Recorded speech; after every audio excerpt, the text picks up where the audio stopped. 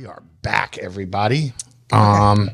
Just took a little trip down hip hop storydom. I discovered the phrase aerosol writers. Aerosol writers. Now I'm going to have to go back into my 420 book and do some editing to change the word to aerosol writers because I'm obsessed with that.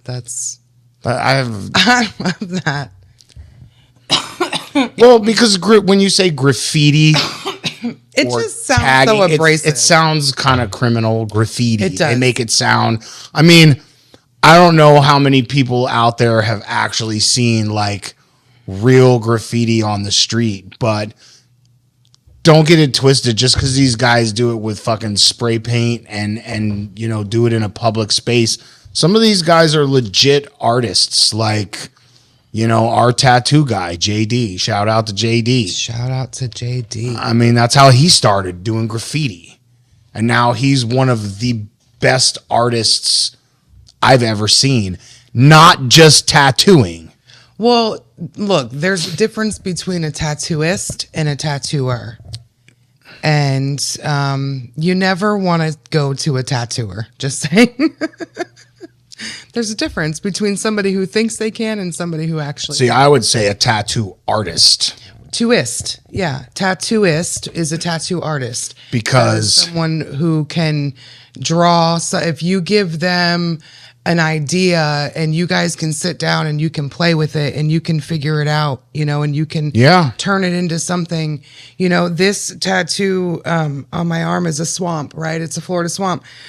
I went in there. I wanted an alligator, and it turned into a Florida swamp with a gator, and there's a fucking bird back here. And it turned into this whole great, beautiful thing, and that means so much because he knows how to bring.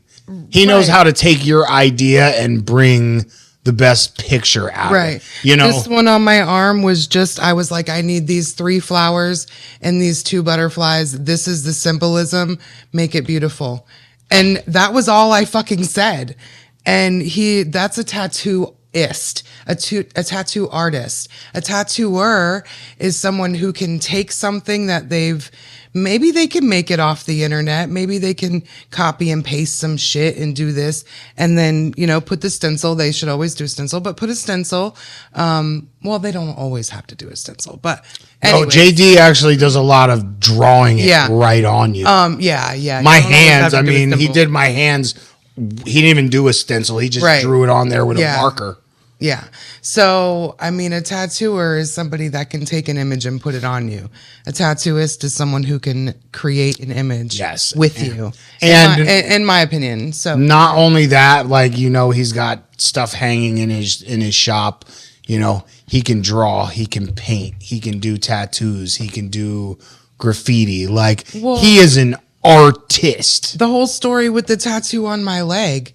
The chick that I went to and I told her what I wanted. I told her what it needed to look like. I gave her, I showed her fonts, and 2 weeks later, she finally comes up with something. It was nothing that I looked for. Looked like a sticker. When she brought it out to me, she did it on a tablet of what she created from using this and using that on a tablet from different fonts. And then it looked like a sticker, which is what I specifically told her I did not want it to look like.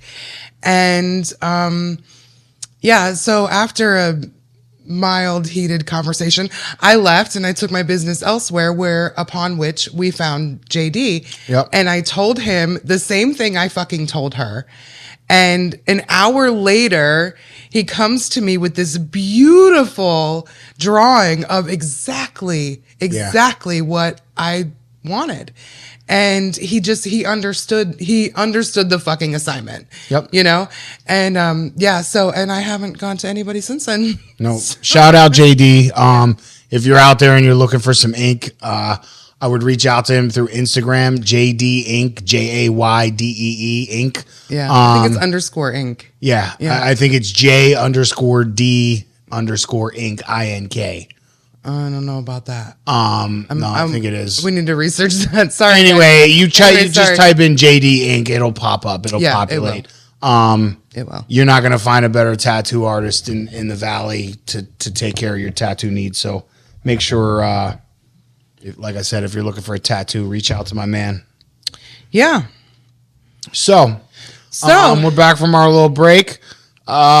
Is it time for some fun in your book? Yeah, let's do it. What you got? Got the 420 book. I want to know some things. Some things. We still need to figure out a way to make this. We'll figure it out. Oh, look, I just so happened to turn. How did I just so happen to turn to this page? So last week we talked about something about blue jeans. Yes. Right? And I vaguely remember something about the why do they call them dungarees? And then it turned into what's the fucking dungaree situation? Well, I researched that. I did not chronic dysfunction that one. I actually fucking remembered because I did it right after we cut the cameras. And so I have it. So are you ready to find out? I am. Why do they call jeans dungarees? I didn't tell you. You have no No, idea. you made me wait. I'm making you wait till right now. So drum roll. Why do they call jeans dungarees? All right, let me read you. It's kind of sloppy because I've been drinking. So let's see if I can read this here. All right. Dungaree originates from the Hindi word dungri, if I'm saying that right, Dungri, which described a coarse, durable cotton fabric from India. Typically made into sturdy workwear, dungaree was the name of the fabric itself. And that's it. That's all. Interesting. Not really interesting, it but really isn't. I expected so much more out of that story. That's why I was kind of disappointed. I was like, well, it's not going to be as interesting as we hoped. But anyways, dungaree is which I thought it was, I thought it was a Southern slang My dad used to thing. call them But then you said that and I'm like, well, you're from the North, so that doesn't make sense. So I don't know. So, all right, let's see. I was expecting something totally different with that. Well, you want to hear one about Connecticut? I turned to Connecticut. Connecticut. Yes. The first published phone book was in 1878. Do you believe that? Fucking 1878? Some people don't even know what a phone book. If you don't know what a phone book is. Would the phone book used to come twice a year or once a year? They put out a new book. It came once a year. Yeah. So if anybody doesn't know, a phone book, you had the yellow pages and the white pages. In our time. In our time. In the last of days. So you had in the phone book, you had the yellow pages and the white pages. The white pages were residential phone numbers. And you looked it up by, it was last name, comma, first name. So if you were looking for somebody's number, you could go to this book and you could scroll to their last name and then go over and scroll looking for the first name or first initial, however it was listed with the phone company. If you chose to have a private number, your shit just wasn't listed. Right. And then the yellow pages was commercial phone numbers, plumbing services, electricians, restaurants, shit like that. You found that in the yellow pages. So with that being said, do you want to hear something to go along with that? Sure. So the first phone book, as I said, 1878. 1878. Just take that in for a second, because that was a long fucking time ago. There was no phone numbers. It was just names and business names. Really? It was just names. The operator connected the call. Oh, that's right. When you called, it was like a switchboard. Yep. Oh, wow. That's crazy. Yeah. All right, moving on. I opened up to Georgia. Let's see, babe. I have 6 of them on this page. Pick a number 1 through 6. 3. 3. There are 2 peanut statues in Georgia. Peanut statues? Is it like, are we talking like a humanized peanut with like arms and legs like the Planters guy? Or Talking about it, I don't know. It's a fucking peanut statue. I don't know. Why? Is there any context to this? There is, but unfortunately, it's another fact. Okay. I have to find it. Let me finish the 2 peanut statues. So there's 2 peanut statues in Georgia. There's one called the Big Peanut in Ashburn. It's 40 fucking feet tall. 40 feet tall. And then there's another one called the Smiling Jimmy Carter peanut, which that's in Plains, Georgia, which is 13 feet tall. And incidentally, Carter did not like the peanut. So there's that. Let's see if I knew Georgia was big for pecans. I didn't know it was big for just peanuts. Yeah. Well, it is. It's. Is that like one of their cash crops? All right, so look, here it is. I found it. So despite being the peach state, right? Because everybody really knows Georgia as the peach state. It's on the license plate. It's right. It actually produces more peanuts than peaches a year. I have numbers. Do you want to hear them? Sure. It produces. So, like I said, it's the peach state, right? Peach state, they produce less than 1 million tons of peaches a year. Okay. Less than 1 million tons. Peanuts, 1.6 million tons a year of peanuts. I never knew. You always heard peaches and pecans. Yeah, no, pecans are actually, I did look at pecans. I don't remember the exact number because, smoke a lot, but it was somewhere along the lines of like 600,000 tons a year of peanuts or pecans, which is included possibly, or I don't know. See, do you classify peanuts as just peanuts? Is it pecans? Is it all nuts? Peanuts are peanuts. Pecans are pecans. I agree. You say pecan? Pecan. It just pecan. depends. How do you say? I say it depends. For me, it's context. Am I saying I like candy coated pecans, or I like pecan pie? I say it different. It depends on context. I don't like either, but yes, my pronunciation changes too depending on right. You don't like how pecans. I said it. Right. It's kind of like Caribbean. My pronunciation changes now depending on when you when you did this research. Yeah. Did you look at all into harvesting peanuts?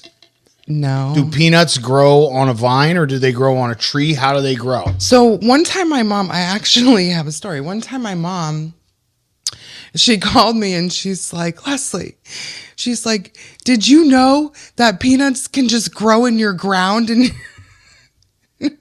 so apparently she got some peanuts that were already cooked. She said they weren't salted, but they were done with them and they had extra. So she threw them out to the squirrels, right? Florida. So she throws them out to the squirrels. And she says, I don't know how it happened because you would think they were cooked. Like how the fuck? And she said, but I see this thing, weed growing out of the ground and I'm pulling weeds and I go to pull it out. And when I pull it out, there's a whole bunch of peanuts connected to it. Oh, so peanuts grow in the dirt. Yeah. Yes, they do grow. Okay. Quick sidetrack from the peanuts to another nut. Peanut gallery. Walnuts. Walnuts are delicious. Have you ever seen how they harvest walnuts? I've not. Okay, so they use it, it's like a truck, and I only know this because remember back in the day, Jesse James used to have that show called Monster Garage.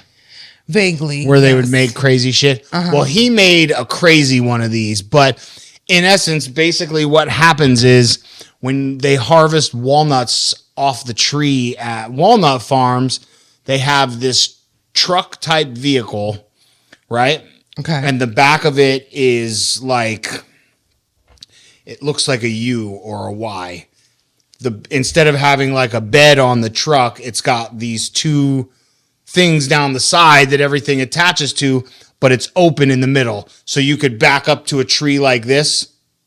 Oh, okay. Right. You know what I mean? It's got these two arms instead of a bed. Sure. And you back up to the tree like that. Scissor it. Now, once you back up to the tree, these clamps come up off the thing and they clamp the trunk of the tree. Oh, right. Okay. And then this thing, you ever seen in the movies, like when, like in the military, they need to set up a satellite and they put the thing on the stand and then they open the satellite. It looks like it like points down like this and they open it up and it's like the dish of the satellite, right? I feel like I'm on a fucking guessing. I'll show. I I'll show. have no idea what. So basically, with this truck, when they back up to the tree, okay, and clamp the trunk, then this net on the truck that's up here goes like this.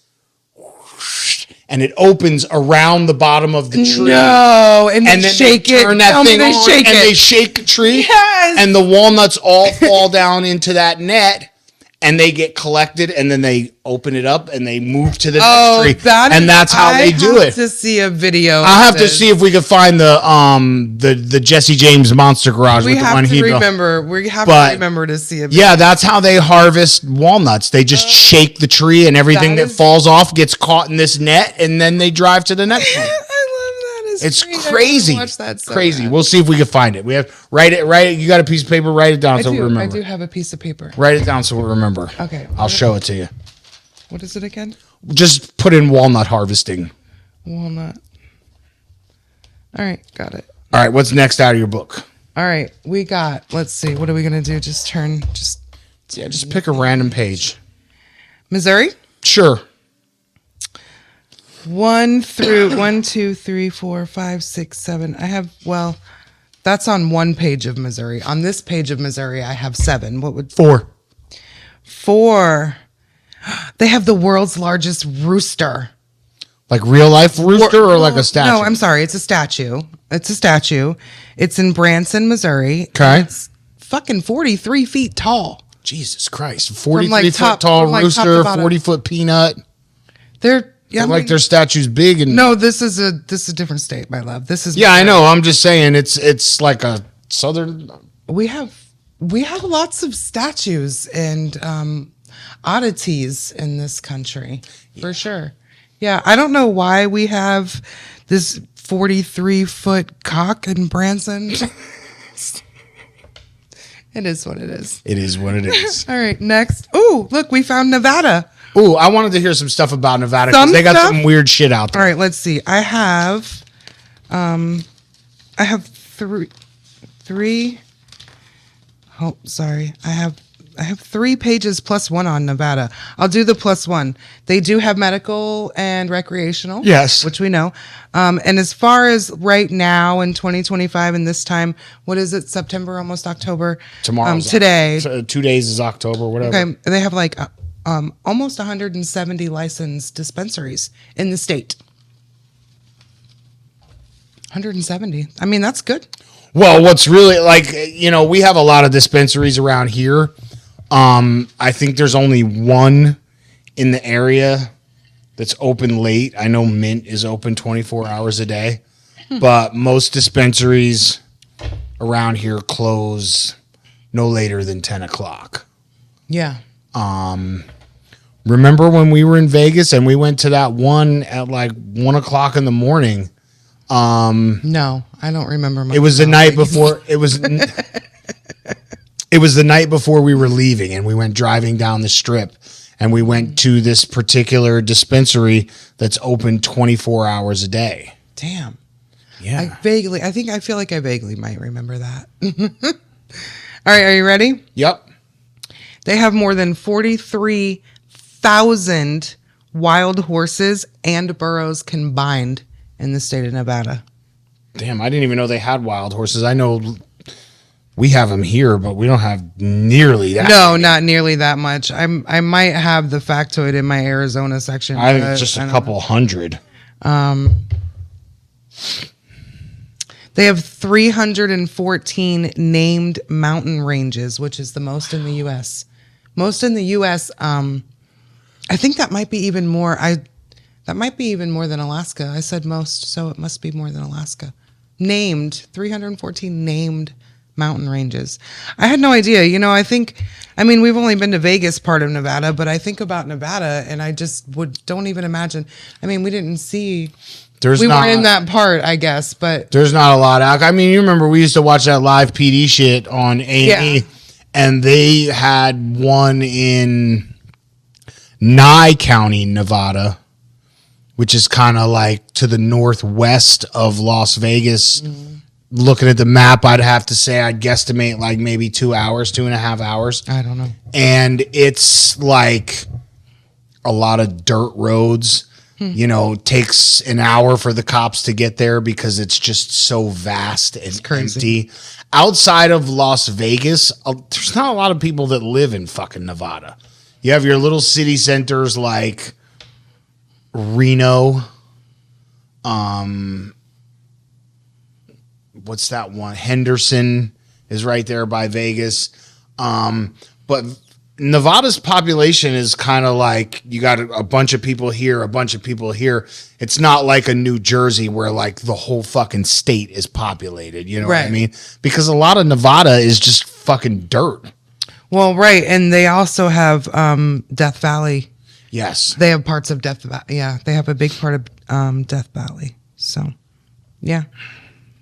Have you ever heard of, speaking of Nevada, have you ever heard of the world famous Clown Motel? Do you know the Clown Motel? Have you ever heard of this? No. No? No? They have a clown motel? All right. So listen, I got some facts about the Clown Motel because if you know, you know. So I know about the Clown You've Motel. heard of this before like you did your research? Yeah. No, never heard of it. Yeah, no, and well, I had seen it. I believe I'd seen it in a documentary, and I think there was something about a movie or something that I once saw or something. I don't know. It's there. There's something. You got to clear the smoke. I can't find it, but it's there. I'm an exhaust fan. So yeah, I used to fucking scrape some of the resin off.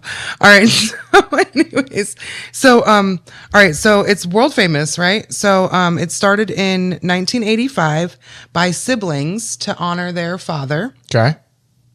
They used his clown collection to start. Now, I guess he was a big fan of clowns. He was a big fan. Yeah.